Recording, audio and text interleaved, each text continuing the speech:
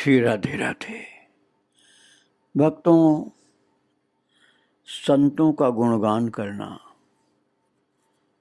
प्रकारांतर से भगवान का ही गुणगान करना है और इस कार्य से सहज ही सात्विकता, हृदय की पवित्रता उपलब्ध हो जाती है। प्रभु की कृपा होती है, भगवत प्रेम की प्राप्ति होती है। मैंने आपको बताया था एक परिवार है श्री वृंदावन धाम और कुछ लोग मथुरा में भी रहते हैं। एक भक्त हैं, बहुत भाग्यशाली हैं, संतों की बड़ी कृपा रही उनके ऊपर, ब्रज गोपाल दास जी। उनका पूरा परिवार भक्त है। उन्हीं का एक भतीजा है श्री गोपाल।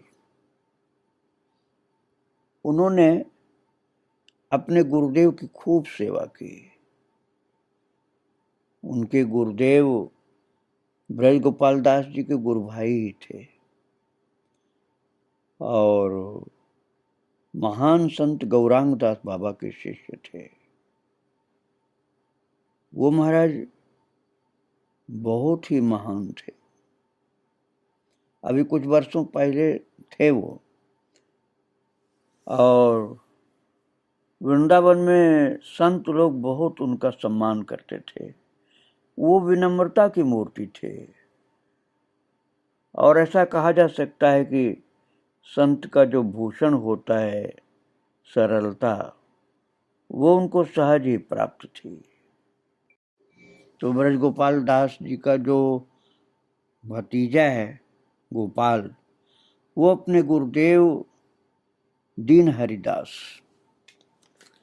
वो दीन हरिदास जी का बहुत सच्चा भक्त। उसका कहना है कि यदि कोई मूर्तिकार दीनता, करुणा, वात्सल्य व सहनशीलता आज जैसे महान गुणों से भरी कोई मूर्ति गढ़े तो वो मूर्ति होगी उनके गुरुदेव श्री दीन हरिदास जी महाराज की। और जो साधुओं का स्वभाव होता है एक महान संतों का कि आत्मगोपन किए रखना, अपनी गूढ़ बातें, भगवत भक्ति की, प्रेम की बातें छिपा कर रखना। ऐसे ही मोहन जी के गुरुदेव दीन हरिदास जी भी थे। पूर्वाश्रम के बारे में जानना बड़ी टेढ़ी खीर होती है। संत लोग अपनी पूर्वाश्रम की बात नहीं बताते जल्दी। और मोहन के गुरुदेव बाबा दीन हरिदास जी भी इसी श्रेणी के थे, जो सब छिपा के रखते थे, पिछली बातें नहीं बताना चाहते थे। लेकिन सरलता के कारण कभी कभी प्रेमवश हो करके अपने शिष्य को कुछ बता भी देते थे। तो बाबा के श्रीमुख से कभी कभी उनके विषय में पता चला, जिसको लोगों ने सरलता से प्राप्त कर लिया, उनके जीवन के चरित्र को। वैसे नहीं बताते थे बाबा, लेकिन अचानक किसी दिन बता दिए। तो मोहन ने उस बात को ग्रहण कर लिया। और ब्रज गोपाल दास जी तो गुरु भाई उनके दीन हरिदास बाबा के, उन्होंने तो बहुत कुछ उनको देखा, समझा, तो वे खुद ही बताते हैं उनके विषय में। और वे कहते हैं ब्रज गोपाल दास जी कि मेरे दादू श्रीपाद रामदास बाबा जी महाराज के परिकरों में मध्यमणि स्वरूप थे उनके गुरुदेव। और उनके गुरुदेव कौन थे? जिनका चरित्र मैं 21 भागों में सुना चुका हूँ। महान संत श्री गौरांग दास जी महाराज, जिनकी भागवत कथा में देवताओं ने पुष्प बरसाए थे, जो बहुत ही महान संत थे। उनका चरित्र बड़ा ही महान, मैं आपको सुना चुका हूँ 21 भाग में। आप गौरांग दास बाबा की चरितावली भक्ति आश्रम डालेंगे तो आपको मिल जाएगा। और प्लेलिस्ट में आराम से आपको मिल जाएगा। भक्ति आश्रम चैनल यूट्यूब का जो है उसमें प्लेलिस्ट में आप जाएंगे तो श्री गौरांग दास बाबा महाराज की चरितावली भक्ति आश्रम में मिल जाएगी 21 भागों में, विस्तार से आप श्रवण करेंगे। ये बाबा रामदास जी महाराज के परिकरों में मध्य मणि स्वरूप गौरांग दास जी महाराज, उन्होंने आयाचित रूप से महाराज कृपा किया था ब्रजगोपाल दास जी के ऊपर जब 12.5 वर्ष के थे, चरणाश्रय प्रदान किया। और मैं ज्योति बाबू का चरित्र आपको सुना चुका हूँ, ज्योतिराम जी का, जो इनके पिताजी ब्रजगोपाल दास जी के 20 भाग में मैंने सुनाया था उनका चरित्र आपको। श्री राधा रमन निवास जो इस्कॉन के निकट में है, वहाँ विराजमान थे महाराज गौरांग दास जी। तो ये सब लोग अपने गुरुदेव के चरणों में, कोई गुरु भाई के चरणों में, कोई शिष्य अपने गुरु जी के चरणों में जा करके उनके महान सत्संग का लाभ प्राप्त करते थे। ब्रजगोपाल दास जी का कहना है कि आश्रम में काका गुरु श्री ब्रज किशोर और गुरु भ्रातागण अनंत रामदास जी, हरिसेवक बाबा, बाबा चंद्रशेखर जिनका चरित्र मैं सुना चुका हूँ आपको, मनोहर बाबा, दीनबंधु दास, वैष्णव चरण दास, अवधूत दास आदि संत विराजमान थे। और उस श्रेणी में सबसे बाद में गुरु चरणों के आश्रम में आने वाले जो संत विराजमान थे वही थे श्री दीन हरिदास जी महाराज। वे सन 1952 में वृंदावन आए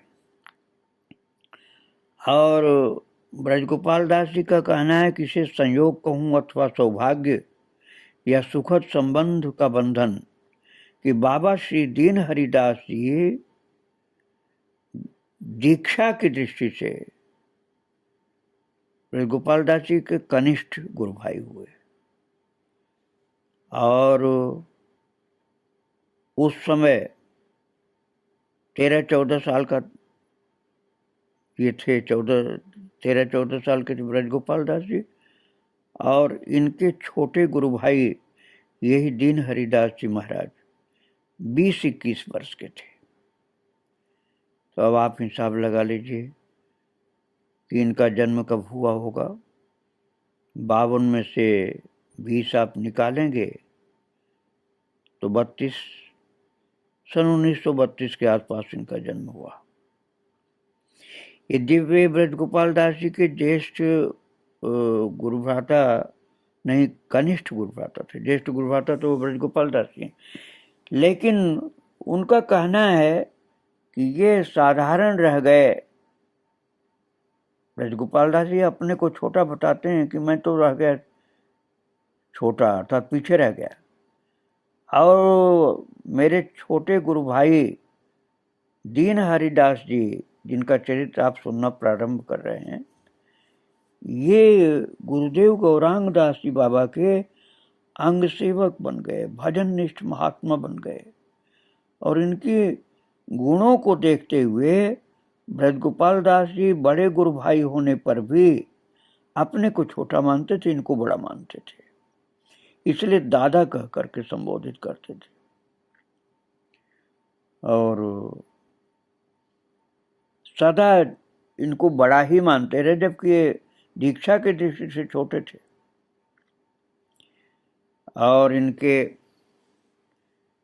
पिताजी ज्योति बाबू के संपर्क को लेकर के बाबा दीन हरि इनके परिवार के छोटे बड़े सभी सदस्यों को बड़ा स्नेह सम्मान देते थे। कभी बात चलती तो किशोरावस्था की एक छवि बाबा की आंखों के आगे आती और चेहरे पर हंसी बिखेरे पास बैठे लोगों को वो छवि दिखा देते। बात तब की है जब गुरुदेव अर्थात गौरांग दास जी बाबा के पुस्तकालय के ग्रंथ कोने वाले कक्ष में रहते थे, अर्थात आश्रम के कोने वाले कक्ष में ग्रंथ रहते थे उस समय। और इनके काका ब्रज किशोर दास जी एक रजिस्टर रखते और पुस्तकालय की देखरेख करते थे कि कौन पुस्तक लेता है, फिर कब जमा करता है, पूरा लिखते थे वो। बाबा दीन हरि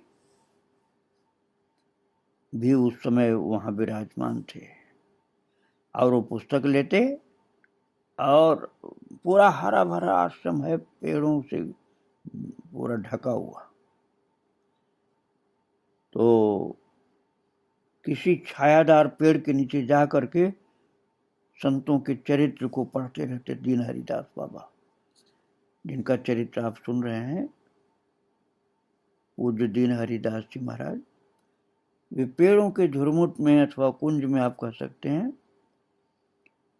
पुस्तक ले करके वहां से गौरांग दास बाबा के आश्रम से, पुस्तकालय से पुस्तक लेकर के पढ़ते रहते थे।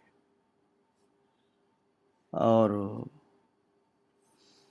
कृपा भी करते थे इनके परिवार के ऊपर भी, क्योंकि गुरु भाई थे तो कृपा भी करते थे।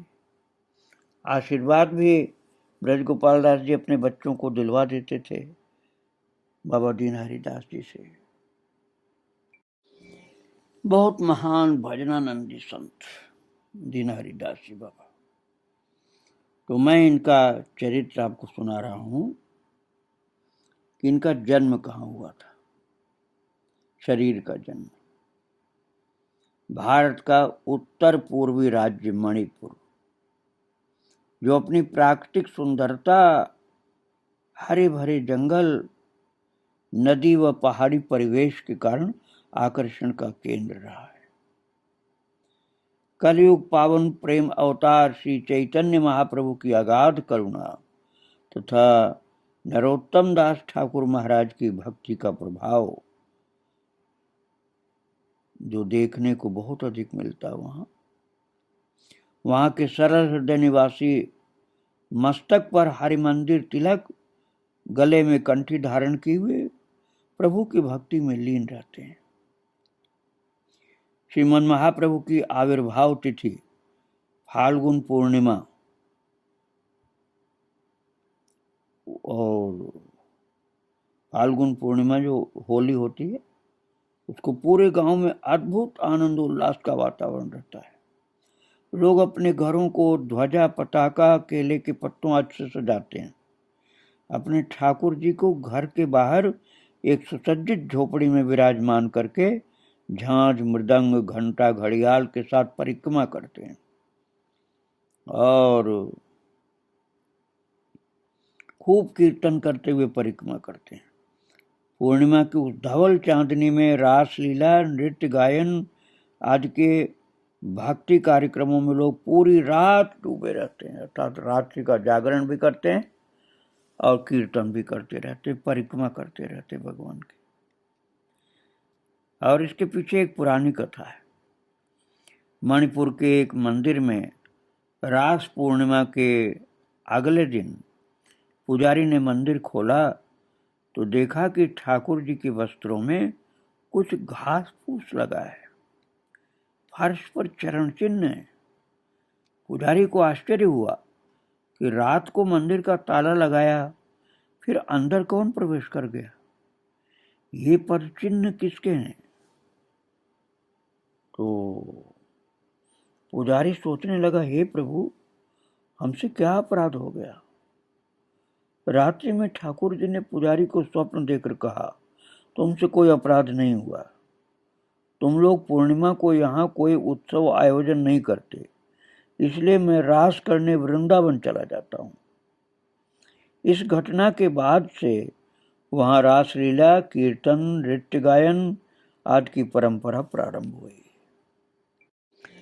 और इस प्रकार के महान दिव्य भक्तिमय वातावरण में श्री चैतन्य महाप्रभु की शुभ आविर्भाव तिथि फाल्गुनी पूर्णिमा के दिन अनेकानेक जीवों को भक्ति मार्ग पर लाने के लिए परम दयालु दीन हरिदास बाबा का आविर्भाव हुआ था, उनका शुभागमन हुआ इस धरती पर।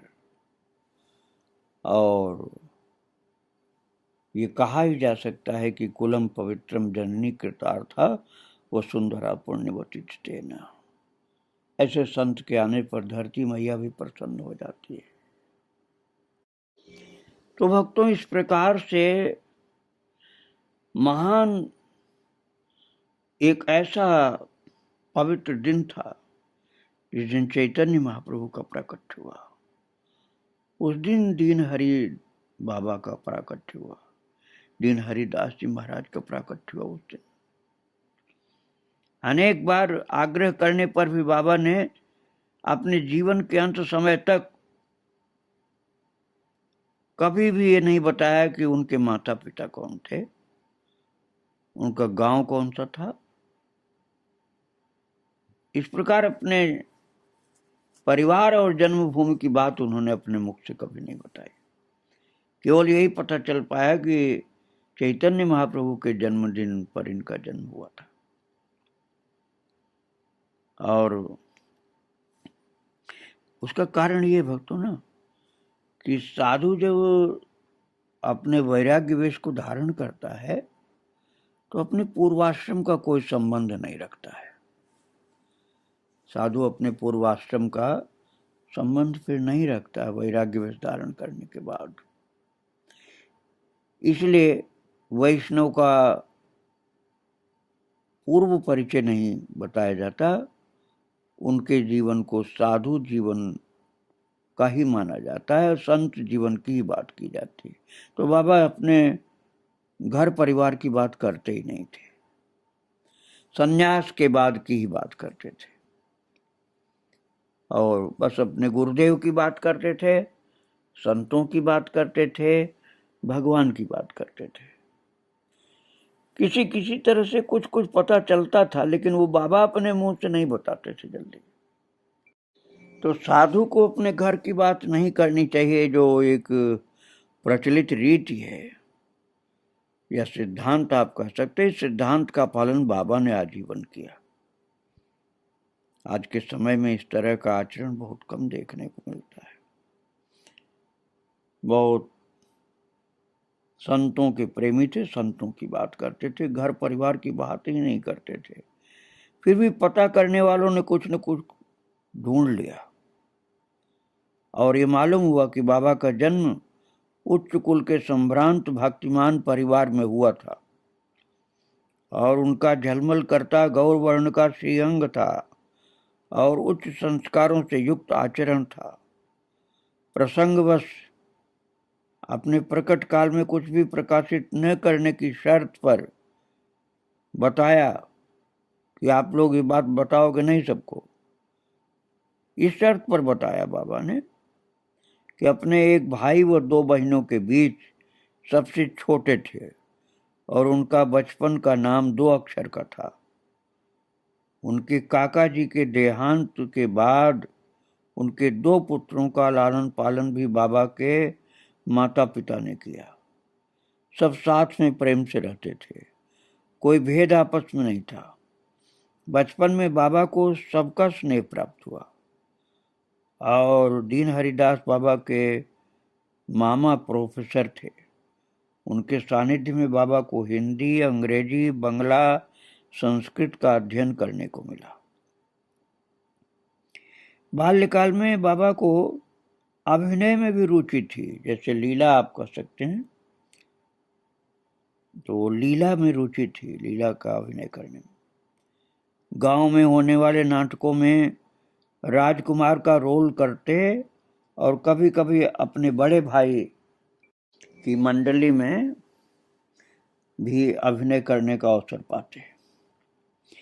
मणिपुर में भक्तिमान परिवारों में कंठी का कितना महत्व है, इसका पता चलता है बाबा के साथ बचपन में हुई घटना से।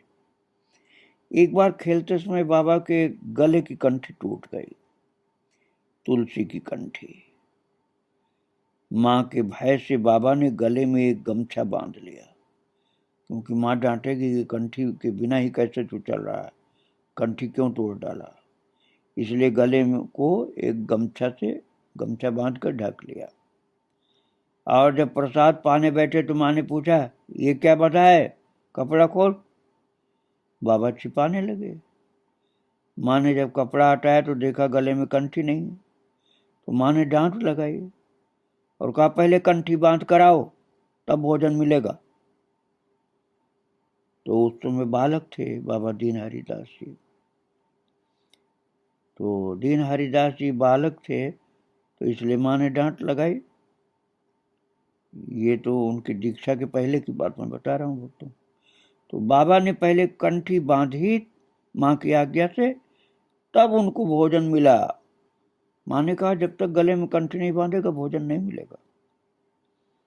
ऐसी वैष्णव थी माता जी। परिवार के ऐसे भक्तिपूर्ण वातावरण ने बाबा को बाल्यकाल से ही भक्ति सूत्र में जोड़ने का कार्य किया। और ऐसा कहते हैं कि भक्ति के संस्कार पूर्व के अनेक जन्मों के होते हैं। ध्रुव, प्रहलाद आदि इसके उदाहरण है। बचपन में बाबा ने देखा कि उनकी माँ की एक ब्राह्मणी मित्र गोवर्धन, वृंदावन आदि के बारे में अक्सर बताती रहती। गोबर मंगा करके गोवर्धन पर्वत सजवाती। सुबह स्नान करके गीले केशों से ही हाथ में करताल लेकर के कुंज भंग लीला गान करती। ये सब देख सुन करके बचपन से ही बाबा के मन में ब्रज जाकर राधा कृष्ण की लीला स्थली देखने की इच्छा उदय होने लगी। और बाबा के मामा की लड़की बहुत ही सुंदर गाती थी, भगवान के गीत गाती थी, ठाकुर जी के लीला गान, रास आज में अभिनय करते हुए जब वो गाती तो भावुक हृदय के जो व्यक्ति होते थे, भक्त होते थे, वो उसका गायन और उसका अभिनय देख करके रोने लग जाते थे। और बाबा के मामा की लड़की का बहुत आदर करते थे लोग। उस समय बाबा की अवस्था बहुत छोटी थी, दीन हरिदास जी की। ये सब देख करके उनके मन में भाव आता कि हमें कहीं दूर जाना है, हमारा मार्ग कहीं और है। और वातावरण मिलते ही उनके भक्ति के संस्कार तेजी से पल्लवित होने लगे। और फाल्गुन पूर्णिमा के दिन महाप्रभु को मंदिर से बाहर लाया जा रहा था। बाहर लोग झांझ, मृदंग, करताल के साथ परिक्रमा कर रहे थे। ऐसे आनंद उत्सव के मध्य अपने जन्मदिन पर ही बाबा लगभग 20 वर्ष की अवस्था में चुपचाप अपने घर से निकल पड़े और उन्होंने राजमार्ग से न जाकर के जंगल का रास्ता पकड़ा। जंगल के रास्ते से यात्रा शुरू की अपनी, जिससे उनको कोई पकड़ न सके। बात ये थी कि जो सड़क के रास्ते से जाते तो पीछे घर के लोग आकर के पकड़ लेते उनको, इसलिए उन्होंने बिना रास्ता का रास्ता, आप कह सकते हैं वन के रास्ते से अपनी यात्रा शुरू की थी कि कोई उनको ढूंढ न सके। एक साधु जब घर परिवार छोड़ करके भगवान के लिए भागता है घर से, तो वो तो अपने गुप्त रास्ते से ही जाता है। वो ऐसा क्यों करेगा साधु कि उनको फिर पकड़ के घर लाया जाए। इसलिए वो रोड के रास्ते नहीं गए, वन के रास्ते गए। मणिपुर से वृंदावन के लिए चले हैं। लेकिन वृंदावन के पहले तो अभी नवद्वीप भी आना था, और नवद्वीप का उधर बहुत ही महात्म्य गान लोग करते हैं। तो मार्ग में चलते समय जब रात्रि में पूर्णिमा का चांद निकला तो बाबा को खूब रोना आया, महाप्रभु चैतन्य की याद करके। और उनको याद ये भी आया कि उनके मणिपुर क्षेत्र में नृत्य, गान, रासलीला आदि खूब लोग करते हैं, लेकिन वो तो जंगल में चल रहे थे, इसलिए वो रो रहे थे। और तीव्र भक्ति, अनुराग, माता पिता, बंधु बांधव, राज्य सब कुछ छोड़ करके उस पथ का पथिक बनाने को व्याकुल हो रहा था, जहां राधा कृष्ण का नित्य रास विलास होता है, जहां संसार का दारुण दुख नहीं, बस प्रेम ही प्रेम है। उस वृंदावन की याद उनको आ रही थी, इसलिए घर से वृंदावन के लिए ही चले थे।